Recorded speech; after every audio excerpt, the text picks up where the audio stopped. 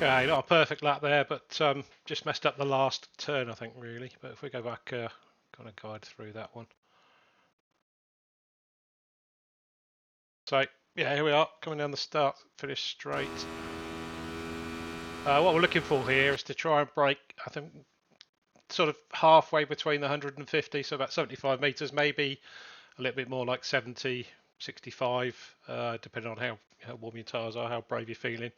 For me, I seem to be getting this one quite nicely of getting on the brakes nice and late, going down through the gears quickly, getting the nose in, and then being able to accelerate out. So yeah, it feels like it's working quite well.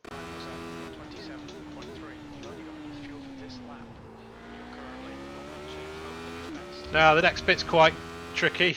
So obviously keeping over to the left here initially, I am hopping on the curb for the right hander. But what you'll see then is I'm kind of beelining towards the end of the circuit where the kind of runoff kicks in, and then braking, turning, and accelerating. So very much kind of following the outer line, but almost Ving that corner. Seems to be working quite well. But so let's switch it through. So really here I'm kind of pointing the car at the start of the green, back on the throttle, and then braking sort of near the end and down to second. Seems to loop the car around quite nicely there, so I think there's a lot of time to be found in that corner, if you get it right.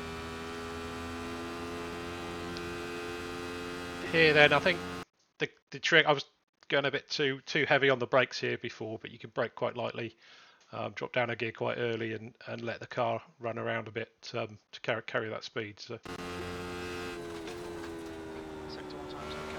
yeah, quite light on the brakes there. Here we're just keeping on throttle. I think I'm keeping it in fourth gear over to the left, and I think I stay in fourth for the next right hander, trying to carry as much speed as possible. If you take too much curb there, I think you unsettle the car a bit, but you could do it in fourth and carry quite a good bit of speed.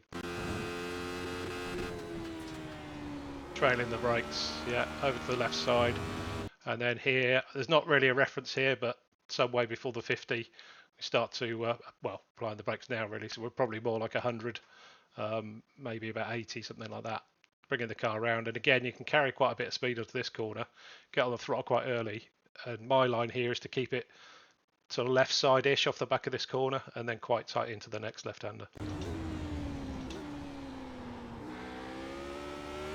Yeah, stay to the left, not bother swinging out too much. Back down to second, keep the nose in and get on the throttle. That seems to be the quickest line for me. So now the next bit, again, quite tricky. What I'm doing is looking for the signs here on the left. Braking just after the 100, down into second, but second just before the apex. And then you see I did carry a lot of speed on this first right-hander, and then try and bleed that speed off, for the left-hander.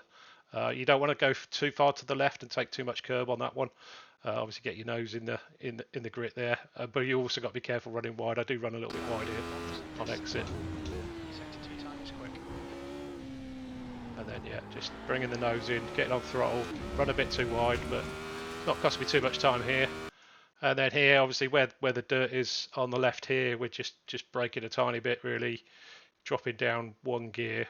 What you'll find, I think, I keep a bit of throttle on as I slow down, and it seems to help the nose keep turned in on some of these quicker corners.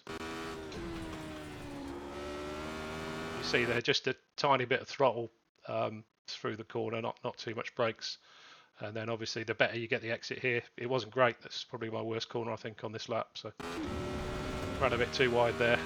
It's cost me about a tenth.